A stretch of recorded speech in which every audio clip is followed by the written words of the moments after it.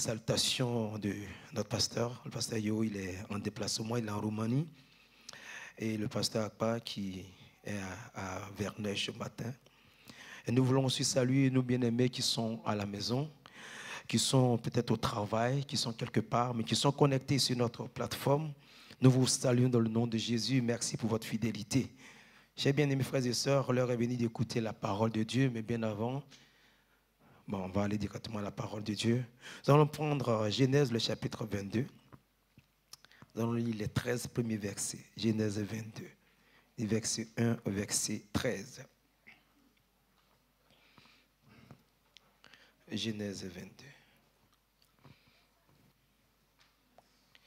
Pour les places vides que vous constatez, beaucoup sont en déplacement. Il y a beaucoup de familles parmi nous qui sont allées pour les vacances. Il faut prier pour eux, voilà, pour que tout se passe. Et je pense que d'autres encore vont s'absenter bientôt. C'est le mois de juillet-août, c'est tout à fait normal. Mais d'ici septembre, on sera tous là, ils seront tous là et nous allons continuer à servir le Seigneur. Genèse 22, les versets 1 au verset 13, si vous avez trouvé, j'ai fait la lecture. Après ces choses, Dieu mit Abraham à l'épreuve et lui dit, Abraham, elle lui répondit, me voici, Dieu dit, prends ton fils unique, celui que tu aimes, Isaac, va-t'en au pays de Morija, et là, offre-le en holocauste sur l'une des montagnes que je te dirai. Verset 3. Abraham se leva de bon matin, sella son âne, et prit avec lui 2 serviteurs et son fils Isaac. Il fendit du bois pour l'holocauste. Il partit pour aller au lieu que Dieu lui avait dit. Le 3e jour, Abraham levant les yeux, il vit le lieu de loin. Voilà. Verset 5. Et Abraham dit à ses serviteurs, restez ici avec l'âne, moi et le jeune homme, nous irons jusque-là pour adorer et nous reviendrons auprès de vous. Abraham prit le bois pour l'holocauste, le chargea sur son fils Isaac et porta dans sa main le feu et le couteau, et ils marchaient tous deux ensemble. Alors Isaac, parlant à Abraham, son père, dit, mon père, il répondit, me voici mon fils. Isaac reprit, voici le feu et le bois, mais où est l'agneau pour l'holocauste? Verset 8, Abraham répondit, mon fils, Dieu se pourvoira lui-même de l'agneau pour l'holocauste, et ils marchaient tous deux ensemble. Lorsqu'il fut arrivé au lieu que Dieu lui avait dit, Abraham y éleva un autel et rangea le bois. Il lia son fils Isaac et le mit sur l'autel par-dessus le bois. Puis Abraham étendit la main et prit le couteau pour gorger son fils. Alors l'ange de l'Éternel l'appela des cieux et dit, Abraham, Abraham, il répondit, me voici. Et l'ange lui dit, n'avance pas ta main sur l'enfant et ne lui fais rien, car je sais maintenant que tu crains Dieu et que tu ne vas pas refuser ton fils, ton unique. Abraham leva les yeux et vit derrière lui un bélier retenu dans un buisson par les cornes. Et Abraham alla prendre le bélier et l'offrit en holocauste à la place de son fils. On va finir au verset 14. Abraham donna à ce lieu le nom de Jéhovah Jireh, de Yahweh Jireh autant pour moi. C'est pourquoi l'on dit aujourd'hui, à la montagne de l'Éternel, il sera pourvu. Nous allons prier. Seigneur, merci pour ce merveilleux moment que tu nous donnes encore de nous retrouver dans ta présence.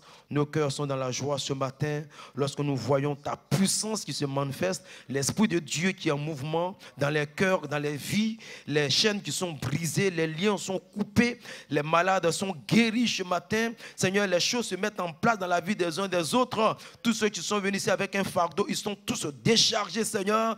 Tu remplis notre cœur de ton amour, tu répands ton amour dans notre cœur et tu nous aides à t'aimer, Seigneur. Merci pour la transformation que tu opères dans la vie de tout un chacun, parce que personne ne partira d'ici avec un problème, avec un souci, mais tous les problèmes, toutes les maladies, toutes les situations, Seigneur, nous les déposons à tes pieds, Seigneur, au pied de la croix, Jésus, et nous te disons infiniment merci. Merci de parler à nos cœurs ce matin. Bénis toutes choses, que la gloire te revienne au nom de Jésus. Amen. Voilà, nous allons ensemble parler d'une épreuve que Abraham a traversée. Alors le thème de notre message sera ce matin, ne t'inquiète pas, Dieu pourvoira. Ne t'inquiète pas, Dieu pourvoira. Voilà, je voulais remercier encore mes aînés. Je me donne l'opportunité de prendre la parole. Vous savez, prendre la parole, ce n'est pas chose facile. Prends la parole, il faut qu'on te donne la parole. On ne prend pas la parole comme ça, il faut qu'on te donne la parole. Et je voulais remercier, voilà, mes chers aînés qui me donnent ce matin de prendre la parole et de partager ce repas, sinon ce message, cette nourriture avec vous. Ne t'inquiète pas, Dieu pourvoira. Et dans ce texte, nous allons parler de l'épreuve que Abraham a traversée. Dieu a mis Abraham à l'épreuve, ici dans ce texte. Et Dieu lui dit, prends ton fils, ton unique, celui que tu aimes, c'est-à-dire pour ne même pas se tromper, ton unique, celui qu'on appelle Isaac, ton fils Isaac, là, et va-t'en au pays de Morija pour l'offrir en holocauste sur l'une des montagnes que je te dirai. Voyez-vous, c'est une épreuve vraiment difficile. Et peut-être que depuis ce matin, Dieu nous parle. Tous ceux qui sont passés ici, le Seigneur a utilisé leurs canaux, leur voix pour parler à chacun de nous. Et quelle que soit l'épreuve que tu traverses, Dieu te parle ce matin. Quelles que soient les situations que nous traversons, Dieu nous parle ce matin dans le but de nous orienter. Dieu me parle et Dieu te parle aussi, frère. Et nous allons voir les 3 attitudes que Abraham a manifestées pour sortir victorieux de cette épreuve très difficile. Parce que lui demander de sacrifier son enfant, je ne sais pas si quelqu'un ici peut accepter ça. Mais Abraham, il va l'accepter d'une manière ou d'une autre. Et Abraham va sortir victorieux de cette épreuve. Mais c'est écrit dans la Bible pour nous servir de leçon. Pour dire que, quelle que soit la situation que nous traversons, si nous retournons à la parole de Dieu, nous allons trouver le chemin. Voilà pourquoi Jésus dit, je suis le chemin, la vérité et la vie. Alors, les 3 attitudes, nous allons les nommer rapidement. La première attitude que Abraham a manifestée, Abraham s'est soumis à la volonté de Dieu. Ça, c'est 1. La deuxième attitude, Abraham s'est séparé de ses serviteurs. Ça fait 2. La troisième attitude, Abraham a compté sur Dieu. Ça fait 3. Aujourd'hui, nous allons voir 2 attitudes. Et le dimanche prochain, Dieu voulant, nous verrons le reste qui sera suivi d'un temps de prière. Parce que le dimanche prochain, qui sera pratiquement le premier dimanche du mois, nous aurons un temps de prière. Ceux qui peuvent venir dans un état de jeûne et prière, ça sera une bonne chose. Nous allons voir 2 ce matin. Alors, dans cette épreuve, la première attitude que Abraham va manifester, il va se soumettre à la volonté de Dieu. Et cela doit nous parler ce matin, bien-aimés. Lorsque nous sommes face à l'épreuve, lorsque nous sommes dans l'épreuve, confrontés à une épreuve, la première réaction que nous devons avoir, nous devons nous soumettre à la volonté de Dieu. Nous devons laisser Dieu nous diriger. En nous soumettant à la volonté de Dieu, alors nous laissons Dieu nous diriger et le Seigneur va nous diriger de sorte à nous montrer la porte de sortie. Dieu dit à Abraham, prends ton fils, ton unique, celui que tu aimes, celui qu'on appelle Isaac. Va-t'en au pays de Morija et offre-le en holocauste sur une des montagnes. Bien aimé, qu'est-ce qu'Abraham a fait? Abraham s'est soumis à la volonté de Dieu. Abraham s'est levé, il a pris l'enfant, il est parti pour le sacrifier comme Dieu lui a demandé. Au verset 3, il dit, Abraham se leva de bon matin, sella son âne et prit avec lui 2 de ses serviteurs et son fils Isaac. Il fendit du bois pour l'holocauste et partit pour aller au lieu que Dieu lui avait dit. Abraham est parti.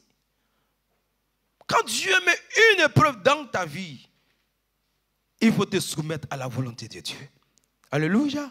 Nous avons vu ce matin quelqu'un qui est passé par une épreuve. Il a laissé Dieu faire. Il a connu des situations difficiles. Mais il est venu témoigner ce matin les bienfaits de Dieu parce que le Seigneur lui a montré une porte de sortie.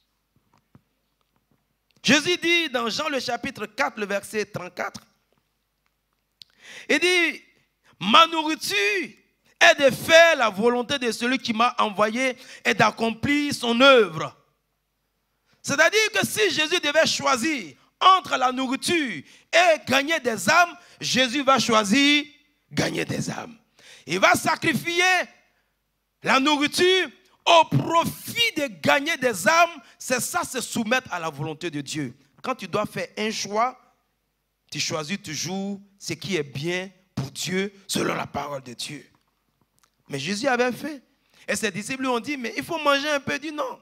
Ici, j'ai l'occasion d'annoncer la parole de Dieu aux Samaritains. Alors, j'ai fait un choix entre la nourriture et gagner des âmes. Et je décide de me priver de la nourriture, rester même dans la faim, rester avec ma situation, rester avec mes problèmes et faire la volonté de Dieu. C'est ça, se soumettre à la volonté de Dieu. Se soumettre à la volonté de Dieu, bien-aimé, c'est toujours accepter de sacrifier quelque chose pour Dieu. C'est toujours accepter de perdre quelque chose pour Dieu. C'est toujours accepter de souffrir de quelque chose pour Dieu. Si tu ne veux pas perdre de quelque chose pour Dieu, si tu ne veux pas souffrir de quelque chose pour Dieu, alors tu ne peux pas faire la volonté de Dieu. Car il n'y a pas d'obéissance sans sacrifice et il n'y a pas d'amour sans sacrifice. Alléluia. Et je prends toujours l'exemple de nos aînés. Que vous voyez, on dit qu'ils sont mariés, ça fait 40 ans, ça fait 50 ans. C'est le prix d'un sacrifice. C'est le prix d'une souffrance. Ils ont payé le prix pour rester ensemble jusque-là. Quand tu as donné ta vie à Jésus, bien-aimé, sache que ta vie ne t'appartient plus. Tu n'es plus dirigé par ta propre volonté, mais tu es dirigé par la volonté de Dieu. C'est-à-dire qu'il faut accepter ça d'abord. Accepte que quand j'ai accepté de marcher avec Jésus, voilà pourquoi le baptême se fait publiquement. Voilà pourquoi le mariage se fait publiquement. Il y a des choses que Dieu a voulu que ça soit fait publiquement pour attester un témoignage. Nous sommes dirigés par Dieu. Nous ne nous appartenons plus. Et nous devons nous soumettre à la volonté souveraine de Dieu. On reconnaît un enfant de Dieu par sa soumission à la volonté de Dieu. Alléluia. C'est juste la différence. Se soumettre à la volonté de Dieu dans les épreuves, c'est faire ce que Dieu nous demande de faire. C'est aller où Dieu nous demande de partir et c'est de donner à Dieu ce qu'il nous demande de lui donner. Et dans le cas d'Abraham, il devait offrir à Dieu en holocauste, en sacrifice, son propre enfant. Bien-aimé, si tu marches avec Dieu, attends-toi à ce que Dieu te mette à l'épreuve, comme il a mis Abraham à l'épreuve. Attends-toi à ce que Dieu te mette à l'épreuve, comme il a mis Abraham à l'épreuve. Pourquoi? Il n'y a pas de vie chrétienne sans épreuve. Non, ça n'existe pas. La vie chrétienne est toujours accompagnée d'épreuves. Nous allons connaître des épreuves. Attends-toi à ce que Dieu te demande des services. Oui, attends-toi à ce que Dieu t'envoie quelque part. Attends-toi à ce que Dieu même te demande de le servir. Ah oui, moi j'étais un simple chrétien comme toi. Moi aussi je m'asseyais dans l'assemblée. Et à un moment donné, j'ai commencé à diriger le culte comme les responsables. Et à un moment donné, j'ai commencé à chanter aussi. J'étais là dans l'assemblée il n'y a pas trop longtemps. Et un jour, il s'est révélé à moi. Il m'a dit, cette étape-là s'est passée. Je veux maintenant que tu viennes prêcher l'évangile. J'ai dit, Seigneur, je ne peux pas. Je ne veux pas. Il m'a dit, non, tu vas me servir. Et petit à petit, j'ai compris qu'il y avait un appel sur ma vie. Il peut te demander. De la manière où nous demandons au Seigneur des choses, nous prions pour lui demander des choses, c'est de cette même manière que le Seigneur peut nous demander quelque chose. Dans le cas d'Abraham, il devait lui offrir son enfant. Attends-toi à ce que Dieu te demande quelque chose. Attends-toi. Quel que soit ton âge, quelle que soit ta situation, quel que soit ton niveau, attends-toi même à ce que Dieu t'appelle pour te dire, viens me servir. Il peut le faire. Alléluia. Dieu met Abraham à l'épreuve. Quand Dieu nous met à l'épreuve, quand Dieu nous demande quelque chose, bien aimé, nous ne devons pas refuser, mais nous devons faire comme le Père Abraham. Nous devons donner à Dieu ce que Dieu nous demande. C'est le prix à payer. Dans Genèse, le chapitre 12, le verset 1, nous voyons déjà comment Dieu a commencé avec Abraham. Il dit, l'Éternel dit à Abraham, on l'appelait encore Abraham, pas Abraham, va-t'en de ton pays, de ta patrie, de la maison de ton père, dans le pays que je te montrerai. Ah, quelqu'un qui est assis chez lui à la maison, mais je peux t'adorer ici. Tu t'es révélé à moi déjà, ça suffit. Je viens à l'église déjà, ça suffit. À un moment donné, Dieu dit à Abraham, lève-toi, va-t'en de ta patrie, va-t'en de la maison de ton père, va-t'en dans un autre lieu que moi je vais te montrer. Qu'est-ce qu'Abraham a fait? Abraham s'est levé, il a fait ses bagages, il a dit à sa femme, chérie Coco, on y va. Abraham était habitué ici à se soumettre à la volonté de Dieu.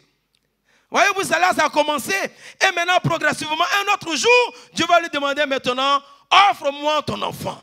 Abraham n'a pas hésité parce qu'il était habitué à se soumettre à la volonté de Dieu. Si tu n'es pas habitué à te soumettre à la volonté de Dieu, quand Dieu te met dans une épreuve, tu insultes les gens, tu te fâches, tu te rebelles, tu dis c'est Satan, ça Dieu ne peut pas faire. Oui, Dieu peut faire ça. Dieu peut faire ça. Il était habitué.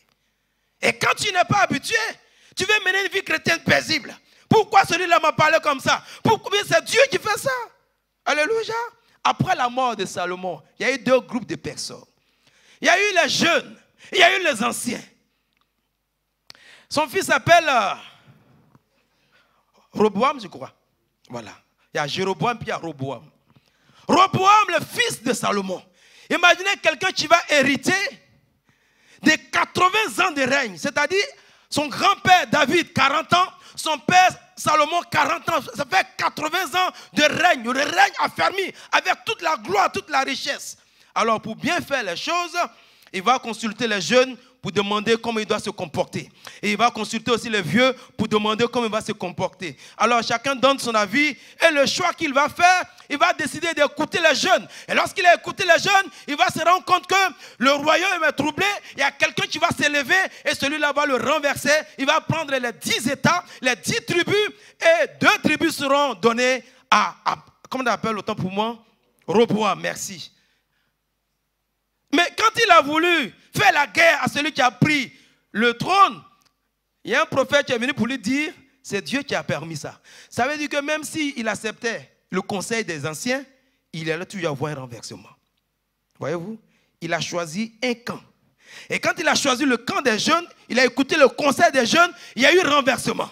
Et quand il voulait réagir, Dieu dit, c'est moi qui ai permis ça. Parce que j'avais dit à ton père que je vais le frapper, mais pas de son vivant. Mais s'il choisissait le conseil des anciens, Dieu allait toujours taper.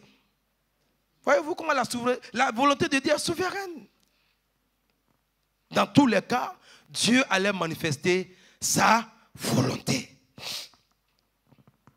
Nous devons nous habituer à nous soumettre à la volonté de Dieu. Et quand tu es dans des situations, tu vas mieux les gérer. Tu ne seras pas agité. Abraham avait l'habitude de se soumettre à Dieu. Est-ce que nous avons l'habitude, bien-aimés, de nous soumettre à la volonté de Dieu? Alors nous devons avoir cette habitude. Lorsque nous sommes dans les épreuves, nous devons avoir l'habitude de nous soumettre à la volonté de Dieu. Le mal, c'est que si tu ne t'habitues pas à te soumettre à la volonté de Dieu, mais tu ne seras jamais un bon élément entre les mains du Seigneur. Non. Le Seigneur ne peut pas aller plus loin avec toi. Il ne peut pas compter sur toi. Il y a des gens que le Seigneur ne peut pas se révéler à eux. Non. À cause de ton attitude, il sait déjà comment tu vas réagir. Il sait déjà. Tu n'es pas profond. Tu ne peux pas garder un secret. Est-ce que tu as entendu Abraham dire, oh, Sarah, ce que Dieu m'a demandé aujourd'hui, ça c'est pour détruire la famille. Vous allez voir dans cette histoire, on ne parle même pas de Sarah. Voilà pourquoi David dit à Salomon, avant de mourir, il dit, mon fils, sois un homme, sois un homme, sois un homme. Ça veut dire, sois équilibré. Sois un homme sur qui Dieu peut compter. Sois une personne sur qui Dieu... Mais il parlait là à un adolescent, il n'avait que 21 ans. Salomon en ce temps. Il dit, mon fils, sois un homme. C'est un garçon, ce n'est pas du côté garçon. Mais qu'il dit, sois un homme, sois quelqu'un sur qui Dieu peut compter. Parce que la royauté parle de la responsabilité. Tu seras confronté à des décisions, confronté à des réalités. Même ceux qui veulent se marier, sois un homme, sois une femme. Parce qu'il y a des problèmes qui viendront dans la famille. Si tu n'es pas un homme, si tu n'es pas une femme, tu risques de tout casser et tu vas regretter. Abraham, qui était un homme, il va se calmer. Il ne va pas s'agiter. Il va se soumettre à la volonté de Dieu. C'est-à-dire qu'il a fait comme si de rien n'était. Et souvent, il faut faire comme si de rien n'était. Et souvent, il ne faut pas trop accuser les gens. Il ne faut pas trop en vouloir aux gens. Il ne faut pas trop te dresser contre les gens. Il ne faut pas trop vite juger les gens. Parce que tu ne sais pas ce que Dieu est en train de faire. Voilà, après, je disais tout à l'heure, même si Salomon, comme on appelle ça, Roboam, il partait à gauche, il allait être confronté à des problèmes. À droite, confronté à des problèmes. Parce que Dieu avait décidé. Abraham va se calmer. Et Abraham va faire ce que Dieu va lui demander. Quand Dieu permet une épreuve dans notre vie, ah là, ce que je vais dire là, ça va choquer quelqu'un. Bien aimé, sachez que c'est pour notre bien. L'épreuve, oui. Si c'est Dieu qui permet une épreuve dans notre vie, cette épreuve-là, c'est pour notre bien. C'est que cette épreuve va contribuer à notre bonheur. C'est que cette épreuve fera partie du plan de Dieu pour que nous puissions rentrer dans notre destinée. Afin que toi et moi, nous rentrons dans notre destinée. Voilà pourquoi dans Romains, le chapitre 8, le verset 28, il dit, 8 et 28 Romains, nous savons du reste que toutes choses concourent au bien de ceux qui aiment Dieu. Ceux qui sont appelés selon son dessein. Et dans Jérémie, le chapitre 29, le verset 11, il dit, car je connais le projet que j'ai formé sur vous, dit l'Éternel, projet de paix et non de malheur, afin de vous donner un avenir et de l'espérance. Dans ton épreuve, dans ta situation, Dieu t'a dit ce matin, j'ai formulé des projets sur ta vie. Projet de paix et non de malheur. Mais Seigneur, moi je vois le malheur. C'est toi qui vois le malheur. Toi tu vois mal. Toi tu comprends mal. Moi je te dis que j'ai formulé sur ta vie avant ta naissance, avant que tu ne sois en France, avant que tu sois dans cette assemblée, et même quand tu ne seras pas ici, parce que la bénédiction, la grâce n'est pas déterminée par la géographie. Non, Dieu te suit. Dieu est avec toi et Dieu est dans le fond de ton cœur. Et j'ai mis sur toi cette vie-là, cette grâce-là, cette bénédiction. Car je connais les projets. Toi, tu ne connais pas, mais lui, il connaît. Moi, je ne connais pas, mais lui, il connaît. Projet que j'ai formé sur vous, sur tes enfants. Dans 10 ans, dans 20 ans, Dieu sait où il va avec toi. Et puis, tu te rappelles, projet de paix et non de malheur. Ah, mais c'est projet de paix et non de projet de paix. Répète, projet de paix. Alléluia. Oui, c'est ce que Dieu t'accorde. S'il ne passait pas par là, il n'allait pas avoir un titre de séjour qui porte son nom. Il allait travailler avec un titre de séjour qui ne porte pas son nom. Si tu veux que ça porte ton nom, soumets-toi à la volonté de Dieu. Alléluia. L'épreuve que Dieu permet dans notre vie a pour but, comme je l'ai dit, de nous faire rentrer dans notre destinée. L'épreuve peut sembler difficile. L'épreuve peut sembler très compliquée. Mais le but de l'épreuve, c'est de nous faire rentrer dans notre destinée. Si Joseph n'était pas passé par toutes ces épreuves, il n'allait jamais devenir Premier ministre. Pour devenir Premier ministre, pour se retrouver dans le fauteuil glorieux à côté du Pharaon, pour que lui et sa famille soient bénis, pour que sa descendance soit bénie, pour que ses enfants soient bénis. Alors Dieu te met dans cette épreuve, pour que demain soit meilleur, pour que dans 10 ans soit meilleur. Lui voit plus loin que toi. Toi tu penses à ta vie maintenant, tu penses à tes problèmes maintenant, tu vois ta souffrance maintenant, mais bien il faut que quelqu'un se sacrifie, il faut que quelqu'un paye le prix. Voilà pourquoi toi tu payes le prix. ans, pour ton avenir, pour 20 ans. Tu ne souffres pas gratuitement aujourd'hui, mais la situation dans laquelle tu te retrouves a un but. Et il fallait qu'il passe par là. Et il faut que tu passes par là. Et grâce à cette épreuve qu'il a traversée, 17 ans plus tard, sa famille a été épargnée. Son père qui l'aimait tant a été épargné de mourir comme un pauvre. Jacob est mort d'une mort digne. Alléluia. Il était couché. Et puis il prophétisait. Et puis il bénissait ses enfants. Même ses petits-enfants. Et il leur a dit au revoir, il a fermé les yeux. Alléluia. La Bible dit David rassasié de jour. C'est comme ça un chrétien meurt. Calmement. C'est comme ça un chrétien vit. Calmement. Une vie calme. Quelles que soient les épreuves. Abraham a gardé le calme. Garde le calme, bien-aimé. Alléluia. Merci Jésus. Dans l'épreuve, il faut te calmer. Oui. Joseph, c'est pas possible. Regardez ce que mes frères m'ont fait. J'imagine combien ils m'ont tabassé. Celui-là même que je demandais pardon. Mais Dieu sait ce qu'il fait. Dieu sait ce qu'il fait. Tu te poses des questions. Pourquoi cette situation? Mais Dieu te dit, je sais pourquoi il fait ça.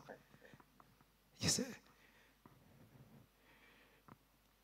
Et quand tu es dans l'épreuve, calme-toi et pose-toi la question, qu'est-ce que Dieu veut m'enseigner? Pourquoi? Je peux avoir quelqu'un peu... Mais ça là, c'est plus que moi. Calme-toi, pose-toi la question, Seigneur, qu'est-ce que tu veux m'enseigner dans cette épreuve? Pourquoi j'ai prié pour mes enfants? Je ne vois pas. Tourne la prière. Nous allons voir la première partie de ce message. Mais je prie que vous ne ratez pas la dernière partie. Parce qu'elle est faite de beaucoup de révélations. Pourquoi? Calme-toi et pose-toi la question. Qu'est-ce que Dieu veut m'enseigner? Pourquoi Dieu me met dans cette épreuve? Pourquoi mon épreuve dure? Pourquoi ma situation est comme ça? Ne t'agite pas. Ne t'en prends pas aux gens. Quand le chrétien est prie 3 fois, quand tu as prié 1 fois intensement, 2 fois intensement, 3 fois intensement que tu n'as rien vu, il ne faut plus trop te fatiguer. Laisse ça, laisse ça. De temps en temps, oui, mais il ne faut plus prendre ça pour mettre sur ta tête. Tu verras que Dieu va se glorifier. Il sait ce qu'il fait. Amen. Et peut-être que tu traverses une situation que tu ne comprends pas ce matin. Mais laisse-moi te dire que Dieu permet cette épreuve dans ta vie aujourd'hui, parce que cette situation que tu traverses aujourd'hui va contribuer à l'accomplissement de tes rêves de demain. Et hier, j'ai parlé avec mon épouse, on parlait de Joseph, et on disait que mais si Dieu lui avait dit, voilà comment tu allais souffrir, il allait fuir, il allait refuser. Lui n'allait pas voir la fin agréable, mais il allait dire non, il faut choisir le plus grand là. Oui, moi, non, on aime toujours dire que je ne connais pas, comme Jérémie. Je suis petit, non. Il y a des choses que Dieu te cache. Il te cache le côté qui peut te faire peur. Et te révèle ce que toi tu peux supporter. Mais tout ce qui est arrivé à ce jeune homme, tout ce qu'il a vécu, la colère, la haine, l'injustice, c'était pour un but. Dieu ne se trompe pas. Il ne s'est pas trompé avec Joseph, il ne s'est pas trompé avec David, il ne se trompe pas avec toi. Non. Ça n'est même pas dans sa nature. Dieu, il est bon tout court. Bon. Ce n'est pas qu'il devient bon. Dieu est bon. Alléluia. Dans Marc, le chapitre 14, verset 36. Il disait, Abba Père, toutes choses te sont possibles. Éloigne de moi cette coupe. Toutefois, non pas ce que je veux, mais ce que tu veux. Alors le Seigneur nous enseigne ici, lorsque nous sommes dans l'épreuve, comment nous devons prier. Nous devons prier en recherchant la volonté de Dieu. Non pas notre volonté, mais la volonté de Dieu. Ah, Seigneur, si tu as permis ça, bon, donne-moi la force de supporter. pas ma volonté, mais ta volonté. Ne demande pas, Seigneur, délivre-moi, délivre-moi tout de suite. Le feu, le feu, le feu, il n'a qu'à mourir. Non. Ah, souvent, même quand tu pries pour que quelqu'un meure là, en tout cas, il vit longtemps même. Très souvent, c'est comme ça. Personne ne mourra parce que tu as fait du mal. Personne. Bien sûr. Tous ceux qui ont fait du mal à Jésus, est-ce qu'ils sont morts? Non. Si tu veux faire l'expérience, prie pour que quelqu'un meure, mon frère. Tu as mis 100 ans sur sa vie. Il ne va plus mourir. Il ne va plus mourir. C'est ça notre Dieu. Voilà pourquoi on dit l'amour. Alléluia. Seigneur, que ta volonté soit faite. Il y a des prières, Dieu n'écoute pas. En tout cas, tu peux prier, pas de problème, il n'écoute pas. Il n'écoute pas, il n'écoute pas. Il ne fait pas ça. Dieu ne tue pas les gens. Non, Dieu ne tue personne. Non, Dieu ne tue personne même. Non. La Bible dit qu'il est réservé aux hommes de mourir une seule fois, après quoi vient le jugement. Quand tu vas mourir toi-même, de toi-même, là, si tu as fait une erreur, tu es mort ou bien tu as accompli tes jours, alors tu seras confronté au jugement de Dieu. C'est là que Dieu va parler avec toi. Tant que tu es ici, mais fais ce que tu veux. Seulement, il nous dit, fais le bien. Alléluia. On va aller vite. Comment nous devons prier? En recherchant la volonté de Dieu. Alors, le dernier point pour aujourd'hui, qu'est-ce qu'Abraham a fait dans l'épreuve? Abraham s'est séparé de ses serviteurs. Il dit au verset 4 de notre texte de base à Genèse 22, il dit, le troisième jour, Abraham levant les yeux, vu de loin, vu le lieu de loin. Verset 5, Abraham dit à ses serviteurs, restez ici avec l'âne. Moi et le jeune homme, nous irons jusque-là pour adorer et nous reviendrons auprès de vous. Abraham et ses serviteurs ont marché pendant 3 jours pour aller au lieu du sacrifice. Mais lorsque Abraham a vu le lieu du sacrifice un peu de loin, qu'est-ce qu'Abraham a fait? Il va dire à ses serviteurs, restez ici. Abraham va se séparer de ses serviteurs et il va continuer la marche avec Isaac. Pourquoi il se sépare de ses serviteurs? Parce qu'ils n'ont pas le niveau spirituel pour comprendre la situation. Ils n'ont pas le niveau spirituel pour savoir ce qui se passe. Il peut le décourager. Il peut même lui dire que ce n'est pas Dieu qui t'a parlé. Comment Dieu peut te dire de tuer ton enfant? Ça, c'est quel Dieu, ça? Et je voulais dire à chacun de nous ce matin, sur l'épreuve de la vie, sur le chemin de la vie, autant pour moi, sur le chemin même de l'épreuve, nous allons rencontrer des personnes qui vont nous décourager, des situations même qui peuvent nous décourager. Mais qu'est-ce que nous devons faire? Nous devons nous séparer de toutes ces situations. Nous séparer de toutes les personnes qui peuvent nous empêcher d'aller jusqu'au bout de l'épreuve. C'est ce qu'Abraham a fait. Abraham s'est séparé. C'est ce qui fait que beaucoup commencent, mais ils s'arrêtent. Il y a des gens qui commencent bien, mais lorsqu'il y a des difficultés, ils se découragent. La Bible nous parle de la semence qui est tombée au bord, la semence qui est tombée parmi les épines, la semence qui est tombée dans la bonne terre. Donc, il y a toujours des situations dans le chemin. Des gens qui peuvent te décourager. Tu as bien commencé, il y a d'autres qui peuvent te décourager. Il y a des situations qui peuvent te décourager. Alors, qu'est-ce qu'Abraham a fait? Abraham va se séparer de tout ce qui peut le décourager. Voilà pourquoi nous ne voyons même pas qu'il parle de Sarah ici. Il ne parle pas de sa femme. Peut-être qu'elle ne sait même pas. La Bible ne dit pas qu'il a menti à sa femme. Mais la Bible ne nous dit pas aussi ce qu'il a dit à sa femme pour partir. Mais nous, quand on analyse là, on dirait qu'il n'a rien dit à Sarah. Il dit, parce qu'il a dit à ses serviteurs, on va adorer, on revient. Peut-être que c'est la même chose qu'il a dit à Sarah. Il faut te séparer. Parce que quand tu es dans l'épreuve, chacun vient avec ses idées. Chacun vient avec ses pensées. Et comme dans le cas de Job, dans Job, le chapitre 2, le verset 9, vous voyez ici, sa femme lui dit, tu demeures ferme dans ton intégrité, maudit Dieu et meurs. Job aussi était confronté à une épreuve. Dans cette épreuve-là, lorsque ses amis sont venus, ils lui ont dit que certainement tu as péché contre Dieu. Sa femme aussi lui dit, mon frère, dans ton état-là, il faut maudire Dieu. Mais qu'est-ce que la Bible nous dit dans Job, le chapitre 1, le verset 22? Il dit, en tout cela, Job ne pécha point et n'attribua rien d'injuste à Dieu. Quand sa femme lui a dit de maudire Dieu, il n'a pas maudit Dieu. Quand quelqu'un veut te décourager, ne l'écoute pas. Alléluia. Nous devons nous séparer, comme Abraham l'a fait. Chacun vient avec son idée. avec ses propositions, mais sache que c'est toi que Dieu regarde, parce que c'est toi qui es la personne concernée. Lorsqu'Abraham, Abraham encore, dans Genèse 16, 2, lorsqu'il était dans l'épreuve de l'attente d'avoir un enfant, il a connu beaucoup d'épreuves, Abraham. Et dans ce passage-là, sa femme, Sarah, lui dit d'aller vers Agar pour avoir un enfant. Qu'est-ce qu'Abraham va faire? Il va écouter sa femme, il va aller vers Agar, ils vont faire un enfant, mais la solution est devenue le vrai problème dans la maison. Ah oui, et souvent la solution devient le vrai problème. Voilà pourquoi, dans l'épreuve, il faut patienter comme tu as patienté. Ta situation est une leçon pour nous tous, et pour toi-même, et pour tout le monde. Il faut rester dans l'épreuve. Il faut continuer de te soumettre à Dieu et aller pour voir jusqu'au bout ce que Dieu veut faire avec toi. Toi-même, dis-toi, dans ce problème-là, je vais voir ce que Dieu veut faire. Je vais voir. Et si tu dis ça, tu verras ce que Dieu va faire. Alléluia. Que le Seigneur nous aide. Nous allons bientôt finir. Il ne faut pas accepter tout ce qu'on te propose. Non, bien-aimé. Nous ne devons pas accepter tout ce qu'on nous propose lorsque nous sommes dans l'épreuve.